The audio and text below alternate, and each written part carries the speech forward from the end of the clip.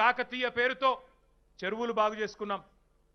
గత పోయిన టర్ము 2014 అదేవిధంగా 2018 ఈ 2 టర్ములు కలిపి మధ్యలో కరోనా వచ్చినా ఆర్థిక సంక్షోభం వచ్చినా రైతుకిచ్చిన మాట తప్పొద్దు అనే ఒక దృఢమైన సంకల్పంతో మొదటి టర్ములో మొదటిసారి గవర్నమెంట్ వచ్చినప్పుడు 2014 నుంచి 18 వరకు 16,000 పైచిలకు కోట్ల రూపాయల రుణాలు మాఫీ చేసుకున్నాం. 1,00,000 రూపాయల వరకు రుణం మాఫీ చేసుకున్నాం.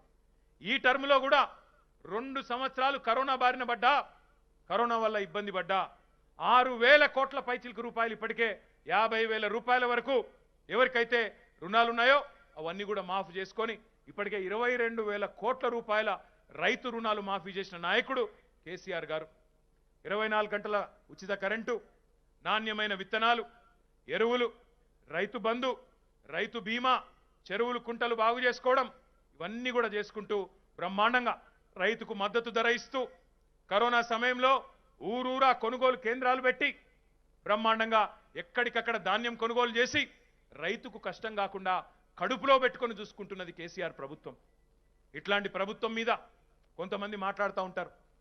మొన్న కాంగ్రెస్ పార్టీకి సంబంధించిన సీనియర్ నాయకుడు రాహుల్ గాంధీ గారు వచ్చినారు తెలంగాణకి.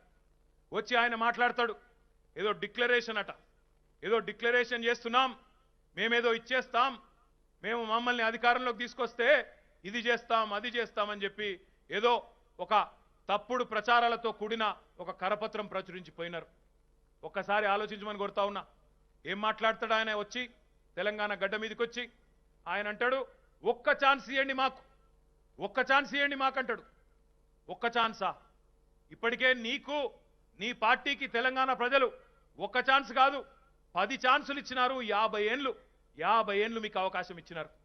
50 ఏళ్ళు అవకాశం ఇస్తే కరెంటు ఇయ్యలేని అసమర్థులు, 50 ఏళ్ళు అవకాశం ఇస్తే కనీసం మా ఆడబిడ్డలకు తాగునీరు ఇయ్యలేని అసమర్థులు, 50 ఏళ్ళు అవకాశం ఇస్తే రైతుల ఆత్మహత్యలు తప్ప రైతుల్లో ధీమా నింపలేని అసమర్థులు, 50 ఏళ్ళు అవకాశం ఇస్తే ఏనాడు రైతు బంధు లాంటి కార్యక్రమం అమలు చేయలేని దద్దమ్మలు ఈరోజు మళ్ళా వచ్చి మేమేదో చేస్తాం, మళ్ళీ అవకాశం ఇవ్వండి, 10 సార్లు ఇచ్చినారు సరిపోలేదు ఇంకొకసారి ఇవ్వండి అంటే ఇచ్చేతందుకు మనం ఏమన్నా పిచ్చోళ్ళమా? ఒక్కసారి ఆలోచించమని చెప్పి నేను కోరుతా ఉన్నా. వీళ్ళేమన్నా కొత్తోళ్ళా? వీళ్ళేమన్నా మనకు తెలియనోళ్ళా? ఎట్లా ఉంటుందంటే చాలా విచిత్రంగా ఉంటుంది. రేవంత్ రెడ్డి గారు మాట్లాడినా, రాహుల్ గాంధీ గారు మాట్లాడినా, కాంగ్రెస్ పార్టీ నాయకులు ఎవరు మాట్లాడినా చాలా ఆశ్చర్యం అనిపిస్తుంది. వాళ్ళేదో నిన్నగాక మొన్ననే ఆకాశం నుంచి ఊడిపడ్డట్టు, మనకి ఇదివరకు వాళ్ళు ఎవరో తెలియనట్టు, ఆ పార్టీ ఏదో మనకు కొత్తదన్నట్టు, మేము ఇప్పుడే పుట్టినాం మాకు ఇప్పుడే అవకాశం ఇవ్వండి అని ఒక దిక్కు చెప్తారు. ఇంకో దిక్కేమో మా తాతలు నేతులు దాగినరు, మా మూతుల వాసన చూడండి అని ఇంకో దిక్కు డైలాగులు. మేము ఎప్పుడో స్వాతంత్ర ఉద్యమం చేసినామని చెప్తారు. నాకు కాంగ్రెస్ వల్ల మాటలు వింటే నాకు చిన్న కథ గుర్తొస్తున్నది. వెనకటికి మన కోసిగి అసంటి ఊళ్ళోనే ఓ పిల్లగాడు ఉండే. ఆయనకు ఒక చిన్నప్పటి నుంచే 10-15 ఏళ్ళప్పటి నుంచే ఆయనకి అన్ని రకాల చెడు అలవాట్లు అయినాయి. చిన్నప్పటి నుంచే తాగుడు, గుట్కా బుక్కుడు, తంబాకు నములుడు, అడ్డమైన అలవాట్లు అన్నీ అయినాయి, చెడు సావాసాలు అయినాయి. అట్లే పెరిగి పెరిగి చదువు రాలేదు, రకరకాల దురలవాట్లు, చెడు సావాసం, చెడు సోపతి, చెడిపోయినాడు. పెరిగి పెరిగి తాగుడుకు మద్యానికి బానిస అయిపోయినాడు. ఒకరోజు 17-18 ఏళ్ళకి వచ్చిండు. వచ్చి ఒకరోజు బాగా తాగి ఇంకా కావాలనిపించి వాళ్ళ నాయన జేబు కొట్టబోయిండు. వాళ్ళ అమ్మ చూసింది, ఇంట్లో ఉరికొచ్చింది, పట్టుకున్నది, ఒకటి కొట్టింది. కొట్టి, బుద్ధి లేదురా, మీ నాన్న ఇంట్లోనే దొంగతనం చేసే కాడికి వచ్చినావా, ఇంత దరిద్రంగా తయారైనావు నువ్వు అని కోపానికి వస్తే, వాడు తాగిన మత్తులో సోయి లేదు, పక్కన రోకలి బండ ఉంటే తీసుకొని తల్లిని కొట్టిండు. తల్లి స్పాట్లో చచ్చిపోయింది. ఈ లోపల వాళ్ళ నాయన ఉరికొచ్చిండు. ఎంత పని చేస్తేవురా దుర్మార్గుడా అని చెప్పి వాళ్ళ నాయన ఉరికొచ్చి ఆపే ప్రయత్నం చేసినాడు. వాళ్ళ నాయనని కూడా కొట్టినాడు. వాళ్ళ నాయన కూడా అక్కడనే చచ్చిపోయిండు. తల్లి తండ్రి ఇద్దరిని కొట్టి చంపేసిండు. మరి కొట్టి చంపేస్తే పోలీసు వాళ్ళు ఊకోరు కదా. పోలీసు వాళ్ళు పట్టుకున్నారు, తీసుకుపోయి జైల్లో పెట్టిండ్రు. మరి జైల్లో పెట్టినాక శిక్ష వేయాలి కదా. శిక్ష వేయాలి కాబట్టి ఆ పిల్లగాన్ని తీసుకొని పోయి జడ్జి గారి ముంగట కూర్చోబెట్టిండ్రు. ఆ జడ్జి గారి మన శ్రీనివాస్ గౌడ్ అన్న లెక్క చాలా మంచి మనిషి, పెద్ద మనిషి. ఆయన ముంగట నిలబెట్టారు, జడ్జి గారి ముంగట నిలబెడితే, ఇక వాడు ఎవరో నీకు తెలుసు కానీ, నిలబెడితే ఆ జడ్జి గారు అడిగిండంట, అరే నేను నా జీవితంలో నాది 30 ఏళ్ళ అనుభవము, చాలామంది గలీజ్ గాళ్ళని చూసిన, చాలామంది బద్మాష్ గాళ్ళని చూసిన, చాలామంది లత్కోరగాళ్ళని కూడా చూసినా, కానీ నువ్వు ఏం చేయాలో నాకు అర్థమైతలేదు. నిన్ను సొంత తల్లిదండ్రిని చంపినవు దరిద్రుడా, నీకు ఏం శిక్ష వేయాలో నాకైతే తెలుస్తలేదురా, నువ్వే చెప్పిస్తావు అన్నాడంట. అంటే వాడు అప్పటిదాకా ఇట్లా రొమ్మిర్చుకొని నిలబడ్డాడు.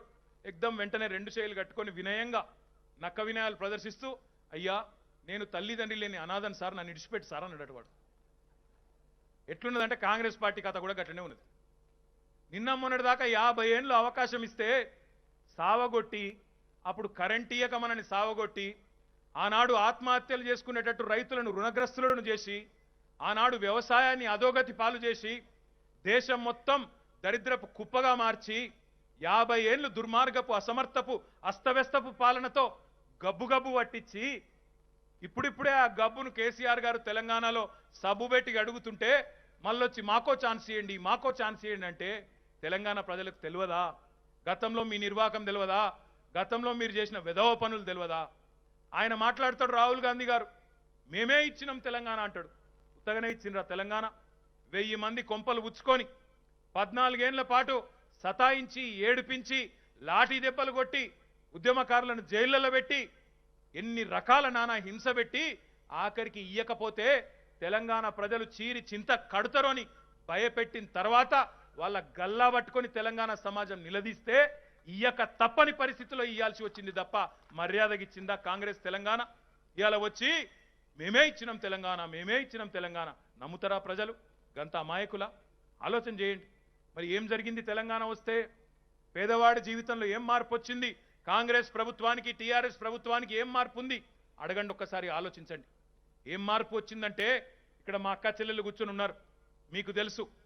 గతంలో పేద మహిళలకు, ఇప్పుడు నేను ఇక్కడ పోయినాను, ఆ మార్కెట్కి పోతే ఒక చెల్లె కలిసింది. ఆ చెల్లెని అడిగిన, ఎప్పటి నుంచి కూరగాయలు అమ్ముతున్నావు అమ్మా అంటే, నేను ఒక 7-8 నెలలకెళ్ళి అమ్ముతున్నా, నాకు భర్త ఉండే నన్ను వదిలిపెట్టినాడు, పోయి అక్కడెక్కడో కొడంగల్లో వేరే పెళ్లి చేసుకున్నాడు ఉంటున్నాడు, నేను ఒక్కదాన్నే ఉంటా ఈడ అన్నది. మరి ఎవరు చూసుకుంటున్నారమ్మా అంటే, నాకు ఎవరు లేరన్నా, నేను మా అమ్మ నాయన దగ్గరనే ఉంటున్నా అన్నది. మరి ఏమైనా పెన్షన్ వస్తుందా అన్న? వస్తుందన్నా. కేసీఆర్ సార్ వచ్చినాక మొట్టమొదటిసారిగా ఒంటరి మహిళలకు కూడా పెన్షన్ ఇస్తున్న మొదటి ముఖ్యమంత్రి కేసీఆర్ అన్న. నా భర్త పట్టించుకోలేదు, వదిలిపెట్టిండు, నా కుటుంబానికి పైసలు లేవు, కానీ నాకు మా కేసీఆర్ అన్న వల్ల 2000 రూపాయల పెన్షన్ వస్తుంది. ఇంత కూరగాయలు అమ్ముకొని రోజుకో 200-300 సంపాదించుకుంటున్నా, కొంత గౌరవంగా బతుకుతున్నా అన్న అని చెప్పింది. ఏమొచ్చింది తెలంగాణ వస్తే అంటే, ఒక ఆడబిడ్డకు కనీసం ఆ గౌరవం, కనీసం ఒక ఆత్మగౌరవంతో బతికే పరిస్థితి వచ్చింది. ఒక ముసలి తల్లికి, ఒక అవ్వకి గతంలో కాంగ్రెస్ ప్రభుత్వం ఉన్నప్పుడు 200 పెన్షన్ వచ్చేది. ఆ 200 పెన్షన్లో వాళ్ళ మందుగోళీలకు కూడా సరిపోని పరిస్థితి.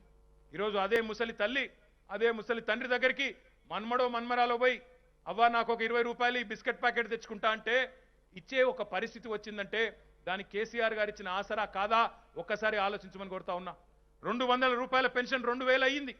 కాంగ్రెస్ ప్రభుత్వంలో 29 లక్షల మందికి మాత్రమే పెన్షన్లు వచ్చేది.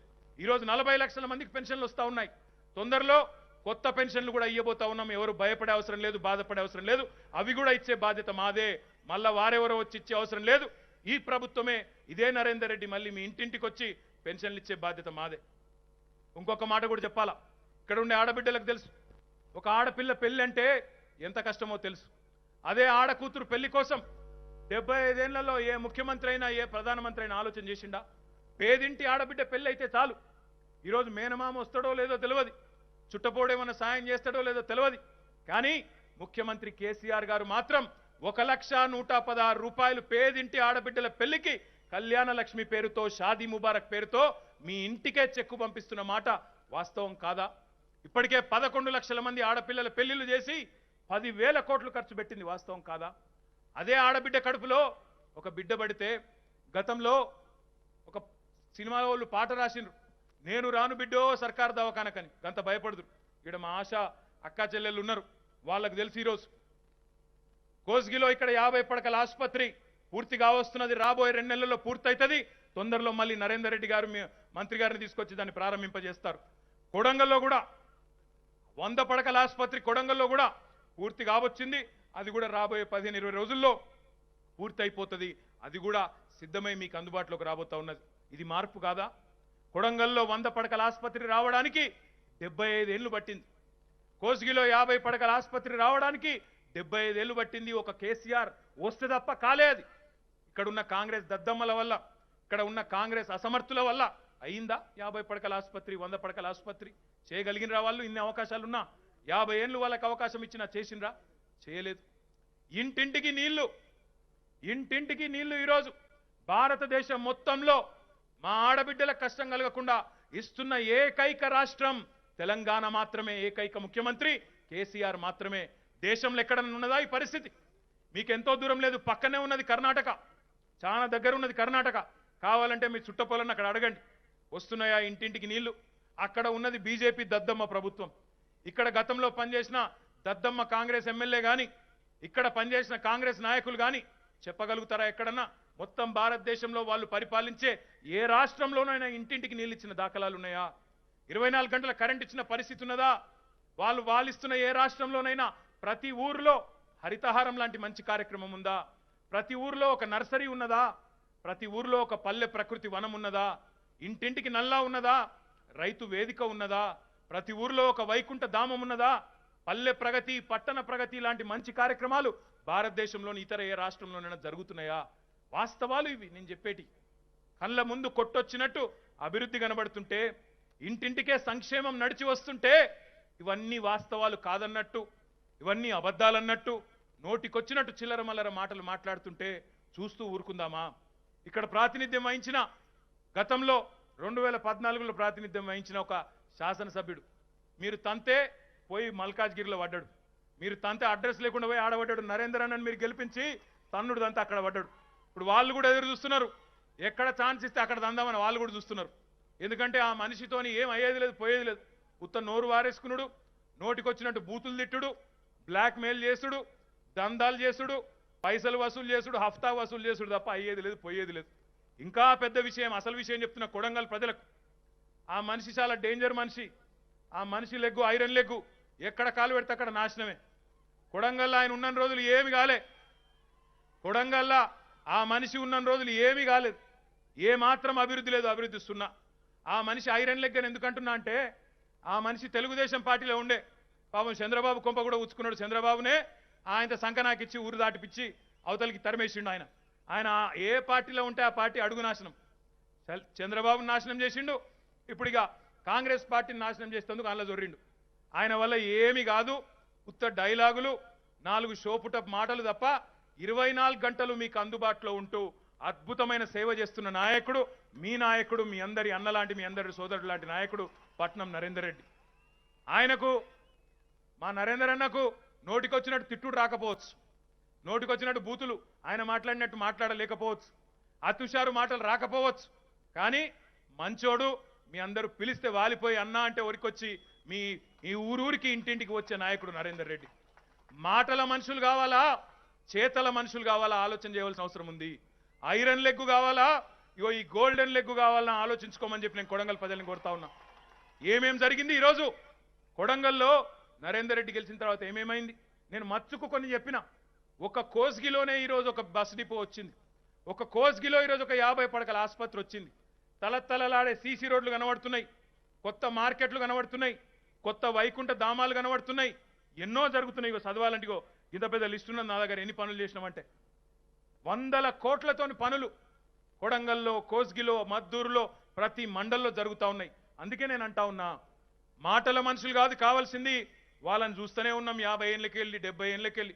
మాటలు తప్ప చేతలేముండయి. ఆ డబ్బాల రాళ్ళేసి ఊపితే లోడలోడ సప్పుడు ఎట్లు వస్తుందో ఆ లోడలోడ సప్పుడు చేసుడు చాలా అల్కగా పని. నోరే కదా ఏమున్నది, ఎటుపడతాడు మాట్లాడచ్చు. కేసీఆర్ని తిట్టచ్చు, పెద్ద పెద్దోళ్ళని తిట్టచ్చు, పెద్దోళ్ళని తిట్టగానే పెద్దోళ్ళు అయిపోతాం. అయింది కాము కదా, పనులతో పెద్దోళ్ళు కావాలి, పని చేసి ప్రజల మనుషుల స్థానం సంపాదించుకోవాలి. హాయ్ ఫ్రెండ్స్, మా టుడే టుమారో యూట్యూబ్ ఛానల్ చూస్తున్నందుకు చాలా థ్యాంక్స్. మరిన్ని లేటెస్ట్ వీడియోస్ కోసం వెంటనే సబ్స్క్రైబ్ చేయండి. అలాగే ఈ బెల్ ని కూడా రింగ్ చేసేయండి. మా నోటిఫికేషన్స్ అన్ని మీ మొబైల్లో వస్తాయి. అలాగే మా వీడియోస్ మీకు నచ్చితే లైక్ చేయండి, షేర్ చేయండి, నచ్చకపోతే కామెంట్ చేయండి.